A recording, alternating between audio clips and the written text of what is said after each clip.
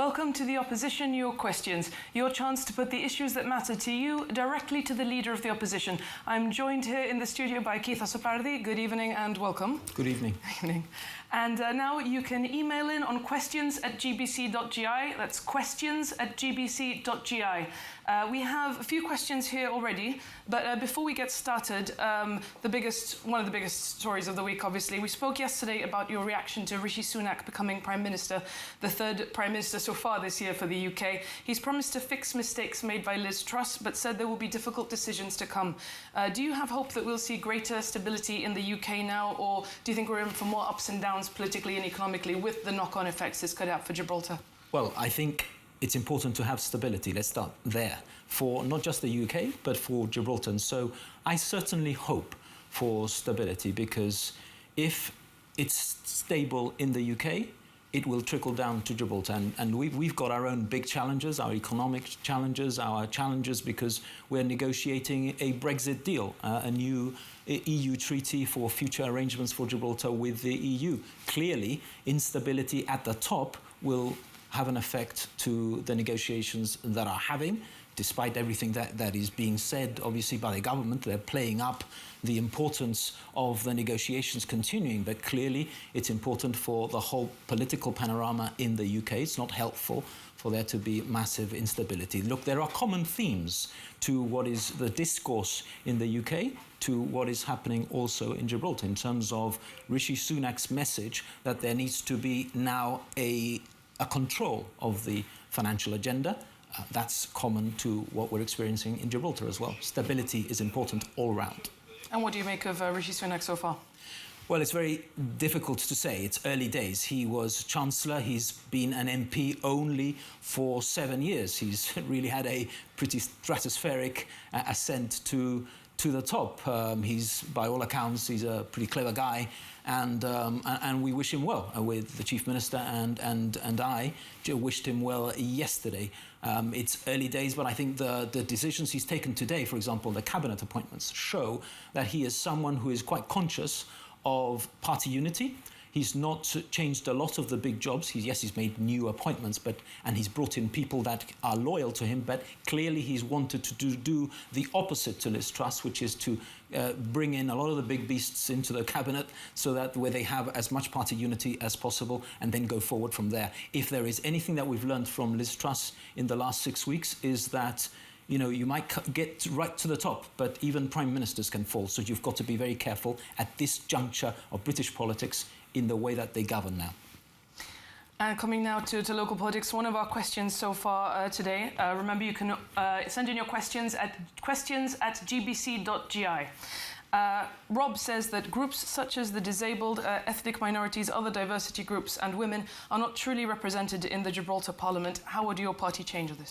Well, it's certainly true that there is an underrepresentation of women, for example. There was a recent conference here in Gibraltar of Commonwealth women parliamentarians, and they discussed how things can change. I mean, one of the big issues for me, for example, when you focus on the representation of diversity in our parliament, and in particular women, is that you've got to make working practices more friendly for that to happen. One of the big debates that we have had for a long time in Gibraltar is that the parliament should be enlarged to make it work better, because we're one of the few parliaments in the world where the government has an inbuilt majority. That's not seen in any place in the world. Normally, the government can get outvoted through a combination of backbenchers on both sides and the opposition. It's a check, an important check on the power of the executive. If you had backbenchers, that would be an important entry point for people who perhaps can't go from zero to being a minister immediately, who want to influence and participate in the political debate, who can hold the government to account, and that would be an important way in. I certainly think that we must do much more to change the working practices, to change the way that we are governed, to make the government more accountable, and yes, of course, to take measures, all of us, to ensure that there is better representation of our diverse society and in particular women in Parliament. Now, of course, the GST only had one woman on its slate in the last election. Yes, and look, we put forward the team that was selected by the executive, and in the same way the government had one woman candidate on their side. Do I want to see more women in politics? Absolutely. And I hope as many women as possible put themselves forward for selection by the executive, and I hope we have a more diverse slate this time. Will you work towards that diverse slate, for example, by perhaps introducing a quota or any such measures, or is that something that the GSD rules out? Well, my own view is that we might need to move to a quota. I mean, it's not something, it's a personal view, it's not a party view. But I certainly think that, and I encourage women to come forward. Look, I've been on electoral slates where we've had 50-50 divide of women. In 2007, I stood on a political platform that had 50% of the candidates were women. In 2011, I stood on a platform that had 40% of its candidates were women. I want to see more women in politics, and I want to encourage it and do the best I can towards that aim. Of course, in terms of the backbenchers, we do of sorts have a backbencher at the moment in Parliament, a minister without portfolio. What is your view on that?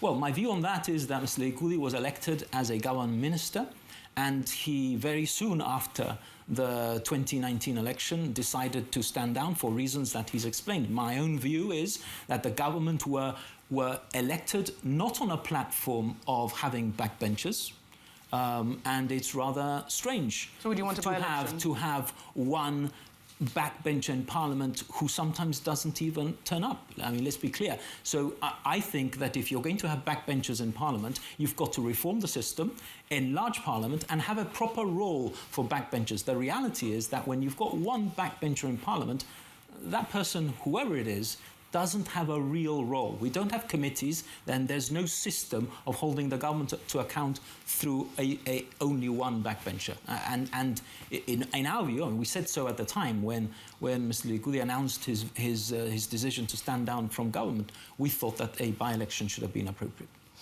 We have a couple of questions from someone calling themselves Gibraltar Anonymous. They ask whether the GSD will create an anti-corruption committee.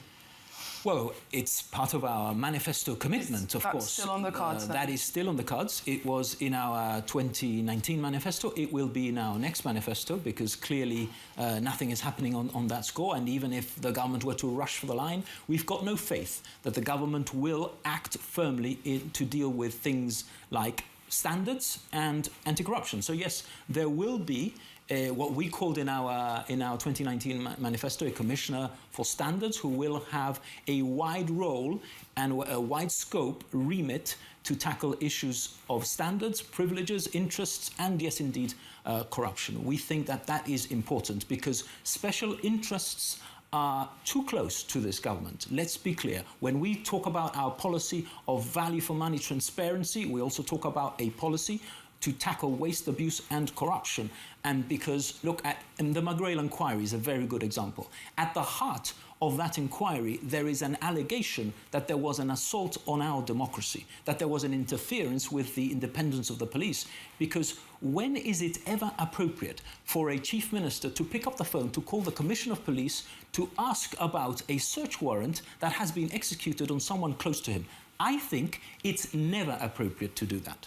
Well, regarding corruption, earlier this year, the GSD said a critical report on the issue of corruption in the British Virgin Islands was a reminder of how this can be corrosive to democracy. The Chief Minister accused you of irresponsibly tarnishing the ROC's reputation, the GSD of irresponsibly tarnishing the ROC's reputation. Do you believe there is corruption on the ROC? Well, what I think is that the BVI report points to clear flaws in the governance of the BVI, which by analogy you can look at and learn lessons from, because let's not walk away from situations and think that there is nothing wrong with Gibraltar. There are governance issues. There are issues as to the tendering of contracts. There are issues as to how land is allocated to people. There are issues about how we govern ourselves. And there are issues in a small community about ensuring that there is independence and that the executive is held to account. So I don't believe the Chief Minister's smokescreens when he washes away international reports that, yes, have nothing to do with Gibraltar,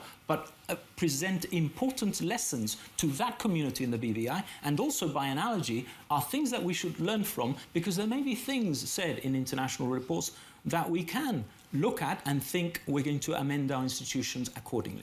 The group also asks whether those who donate to party electoral budgets, a list of those people should be published. They also ask whether ministers should declare their business interests, but of course there is a requirement for members' declaration of interest. There is a declaration of interest, and we had in our 2019 election manifesto, those people who put that question want to look at it, we had a very extensive program of governance reforms, because we do need to change the way that we are governed, including registration of political donations, and of course many other things that were in our 2019 election manifesto that are still live because they are still valid today, because the government has not addressed those issues, and indeed they've made it worse. Now, Wilfred says that with or without a future relationship agreement, Gibraltar and his people are being unavoidably drawn towards Europe and Spain. He asks how you would strengthen the ROC's links with its mother country, pointing out that a petition signed by over 12,000 people, I believe 14,000 people, believe that Gibraltar should be represented in Westminster. Is this something the GSD is in favour of? Well, we don't have a party policy on representation, but we've, historically, we've encouraged individuals to sign that petition. I personally think it's a good idea for there to be representation in Westminster, as long as it doesn't affect our self-government. I think that's common ground among the political parties in Gibraltar. I think it's important, sorry, Christina, I think it's important for there to be very good links. I think Wilfred's right. I think it's important for there to be very good links with the government of the day, with the Parliament in the UK, and I think clearly, we are also members of the Commonwealth, so our place in the Commonwealth is something also that I treasure. Notwithstanding all that, and our links to the Commonwealth and the UK, it's clear that we're geographically in Europe, that we feel European, that we voted Remain, and that a lot of us recognise, I think the vast majority of people recognise, that we must have some kind of association with the EU. It would be helpful to our future, to our political and economic future, for there to be a safe and beneficial agreement with the EU. We'll come back to the treaty for sure, but in terms of representation in Westminster, do you believe that Gibraltar can be represented there in a way that does not undermine its control over affairs here? I mean, we'd have an MP in Parliament voting on laws. Would we then still be able to set our own laws? You've obviously worked on thorny legal and political issues before, such as the Constitution. Is there any way in which you would make this workable? Well, there's no doubt that it is workable, as long as the constitutional arrangements are devised in a way that make it possible. Look, how would this be done? I mean, you've got, for example, there are different examples throughout the Commonwealth, and indeed in Europe, and in the United Kingdom, which permit that, because you've got your own powers of the Scottish Parliament, and yet you've got MPs sitting in Westminster. Canada is a good example also of a federal kind of system. As long as the constitutional arrangements are clear, it is possible to do it. For me, the red line is that I don't want to lose our self-government, because it's an important legacy of previous generations of Gibraltarians to us, that we govern ourselves, that we decide our own questions, that we have the right to self-determination, and that's not just an external question, that's a domestic issue as well, so that we govern ourselves and decide our questions here in Gibraltar. And as long as that's not infringed, then if we can have representation in Westminster, well, then so be it, absolutely. You've mentioned relations with Europe. Obviously, one of the other huge issues hanging over Gibraltar is the treaty. So on the subject of the treaty, you cautiously welcome the New Year's Eve framework, but you've since mentioned unsatisfactory aspects.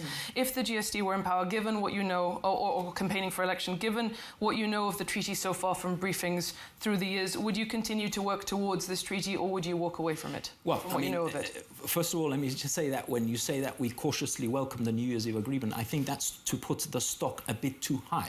Because what we said at the time is that we had seen a draft of a possible New Year's Eve agreement. We had seen it 2 or 3 months earlier, that I had written to the Chief Minister to say that there were a number of flaws that we didn't agree with, that they were concessionary. The Chief Minister and I think shared common ground. Well, I'm not going to reveal the sort of private letters that were exchanged between the Chief Minister and I, but I told him that there were significant flaws in it, that we didn't like it, but what happened next was that what was published was pretty much the document that we thought was flawed. But we took the view that this was an 8-page fairly flimsy document, which was vague in nature, that needed to be fleshed out in negotiations.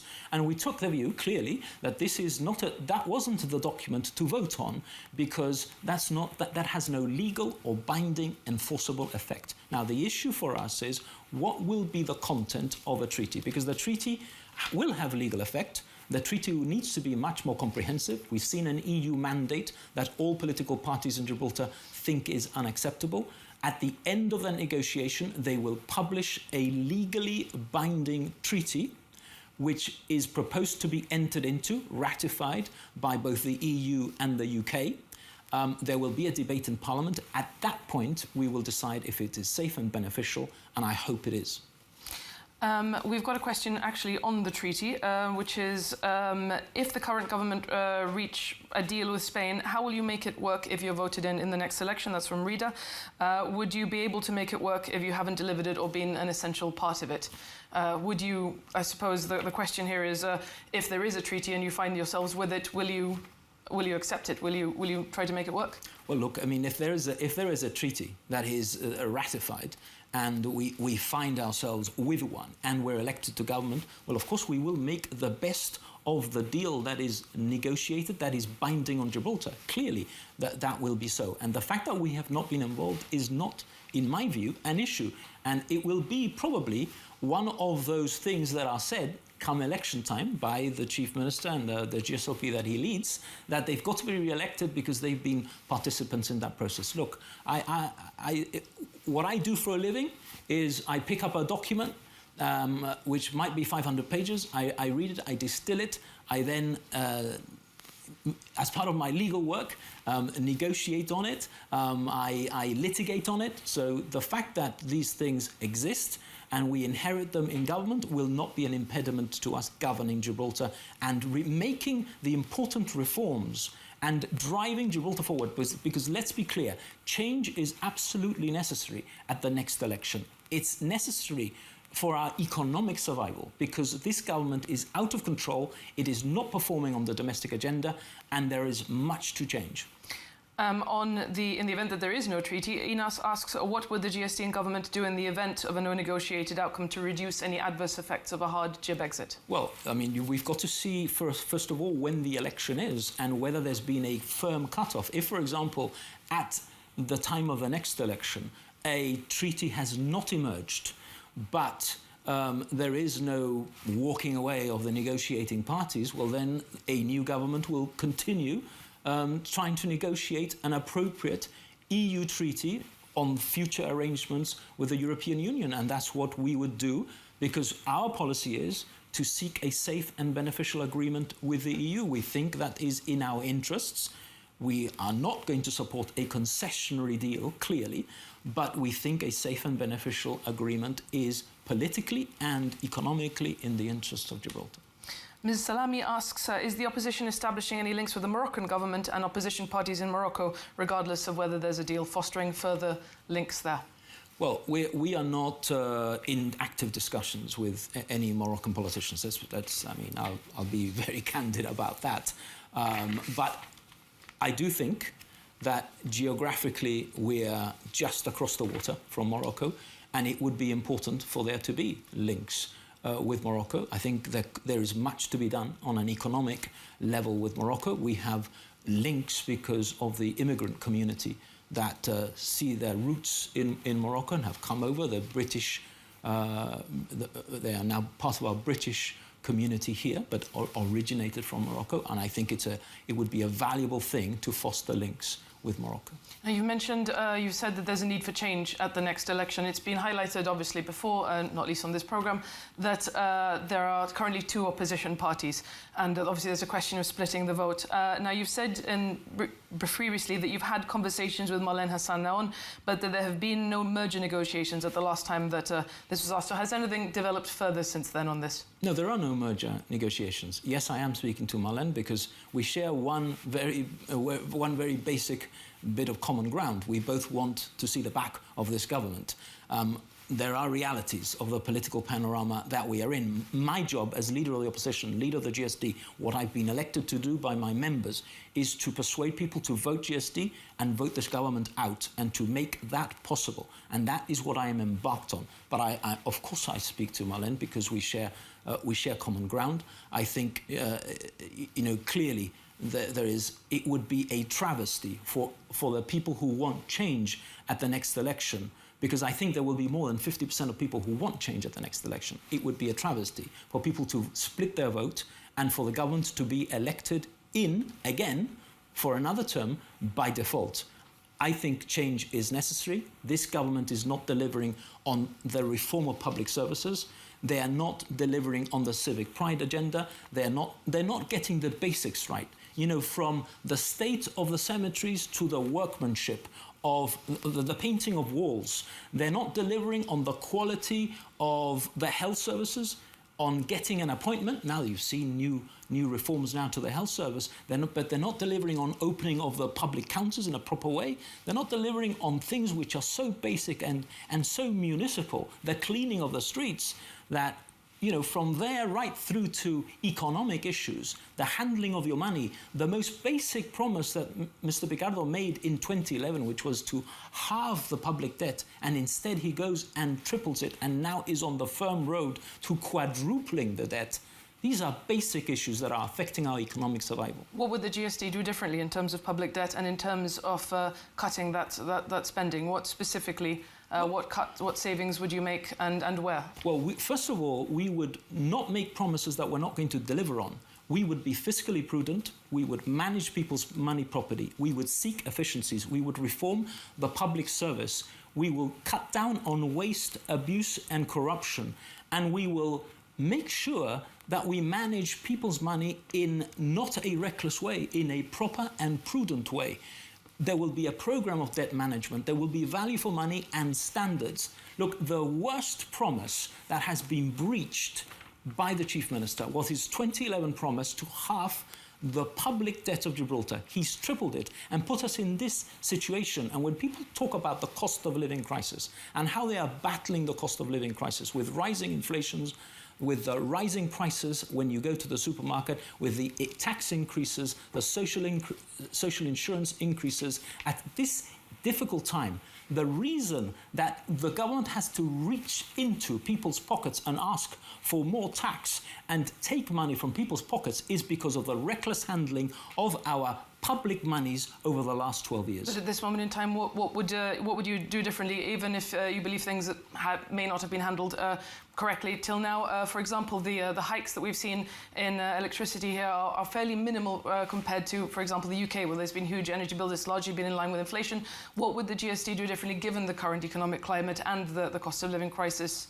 Well, but Christine, I'm making the political point that had we managed our money properly before we arrived at this point, we would have more financial leeway to deal with these things. I understand that, but what would you do differently now? I understand, and I'm answering the question that having made that political point, we will inherit a legacy. If we have the privilege of being elected to government at the next election, we will inherit the situation as we find it.